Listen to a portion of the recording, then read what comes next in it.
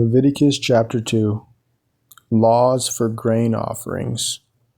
When anyone brings a grain offering to the Lord, his offering must consist of fine flour. He is to pour olive oil on it, put frankincense on it, and bring it to Aaron's sons the priests. The priest shall take a handful of the flour and oil, together with all the frankincense, and burn this as a memorial portion on the altar, an offering made by fire, a pleasing aroma to the Lord. The remainder of the grain offering shall belong to Aaron and his sons. It is a most holy part of the offerings made by fire to the Lord.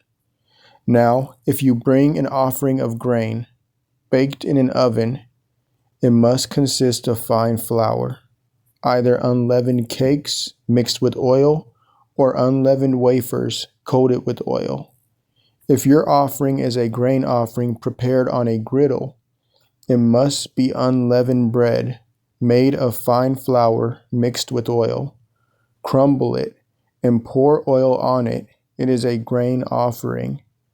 If your offering is a grain offering cooked in a pan, it must consist of fine flour with oil.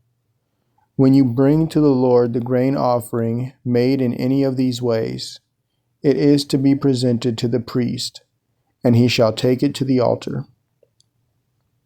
The priest is to remove the memorial portion from the grain offering and burn it on the altar as an offering made by fire, a pleasing aroma to the Lord.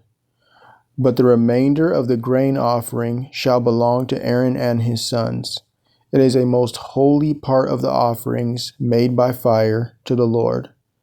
No grain offering that you present to the Lord may be made with leaven, for you are not to burn any leaven or honey as an offering made by fire to the Lord.